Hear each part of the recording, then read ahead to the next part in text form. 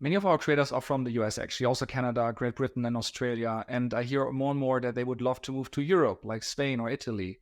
So they have a business, some make, let's say, 2 million a year, 80% profit. So they actually have quite some bottom line. Um, what should they do to make that dream a reality?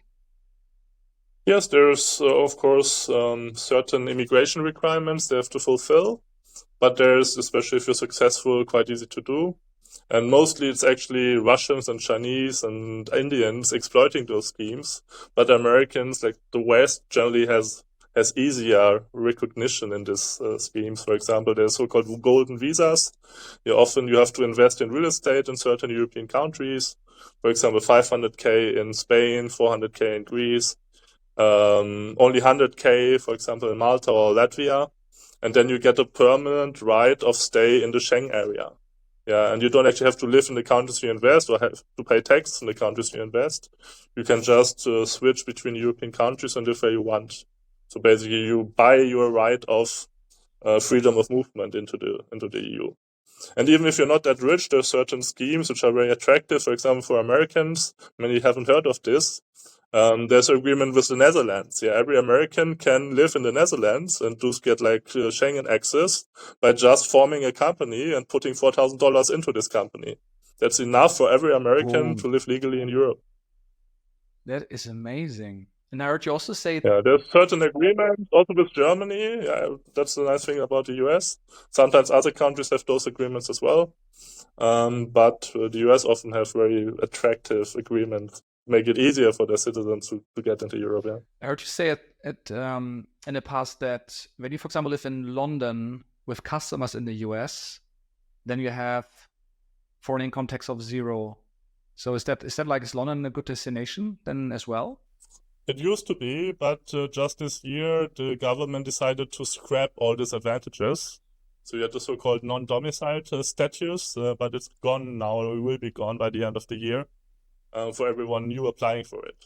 So it's not possible anymore in the UK, but it's still possible in Ireland, for example, or in Malta or in Cyprus. They have more or less the same scheme, and there you can live actually tax-free if you structure yourself properly. Okay. One more question. And I noticed from many friends as well, when they move to Germany, they're like overwhelmed by the bureaucracy. And I guess that's also one of the concerns that people have when moving to Europe, to any country. What are like best practices as an expert coming to a new country to not be concerned about it, to get off the ground quickly? Yeah, I mean, you have to structure yourself properly in those high-tech societies. Yeah, better to have a good structure in the beginning before you even move to the country, because then it's much easier to deal with the authorities as well. And if you move to Germany, for example, it's important that you don't do everything on a personal level.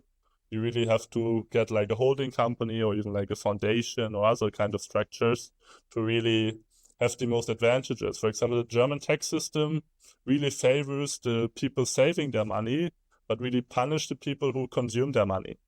So it's important to like mainly live off your assets and save your assets and get a very small salary. And then you can live rather comfortably in Germany, for example. Yeah.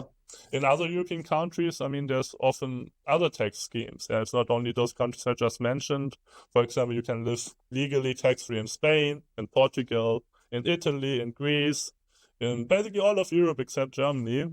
They all have a certain scheme to attract foreign entrepreneurs. It's not completely tax-free. You often have to pay like lump sum taxes or invest in a real estate or something like that, but it's still very attractive for many Americans. Yeah. What are other reasons that hold people back to actually make that step? So my family will be away, or actually, if I bring them, then will my wife, my husband find a job, or can they actually work? My kids' education will suffer. I will lose my friends that will stay there, and it's going to be super expensive. For example, like what is the top things that you hear, and what is your take on actually is this reality or not? Yeah, I mean, this is might be reality for certain people, but especially if you have a very mobile lifestyle, you can easily adapt and you can always go back to your family or your friends whenever you feel the need. Of course, not all the year, but then you didn't need to emigrate at all. I mean, the main disadvantages are very low. Yeah, generally it's living the social security system of your home country. Yeah, but you don't need it generally as an entrepreneur. If you make your own money, and it's often things like a credit score. Yeah, for example, if you're a real estate investor, it's often not advised to emigrate because you lose access to your loan facilities from banks and so on. But for everyone else, I don't see there's much disadvantages because you can always readapt and solve the miseries of your life by just doing it different. Yeah. Okay, and let's assume I have an LLC. How can I optimize my taxes there if I want to stay in my country? Yeah, it depends where you have your LLC. If you're American living in the US and have an LLC, like I said, you Yes. are always taxed even if you leave the US. So you can just optimize it within the country. And then, I mean, there's so many different classifications of the LLC you can exploit for your advantage, but you can never be really tax-free on it, yeah. So for many Americans, it can make more sense to have a company outside of America, which is possible. But to do it legally, you have to have like a management outside the country. You often have to get employees outside the country to use the lower corporate tax rates in other countries, yeah. So it's possible, but generally you need some kind of digital business and higher profits, I would say at least 100, 200K in order to take advantage of that, yeah. And real quick, what would I do then? Like, which country would I go to, and what would be the steps there to get started? But mostly countries which have a tax treaty with the US, but still have low taxes. Yeah, obviously tax havens with zero tax don't have a tax treaty, but there's many European countries, for example, Malta, 5% corporate tax.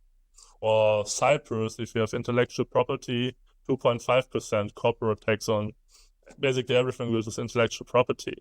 And you can legally have your company there, pay this little tax rate, and it will be actually recognized by the US because there's a tax treaty if you have like a local director or employee or something like that, yeah.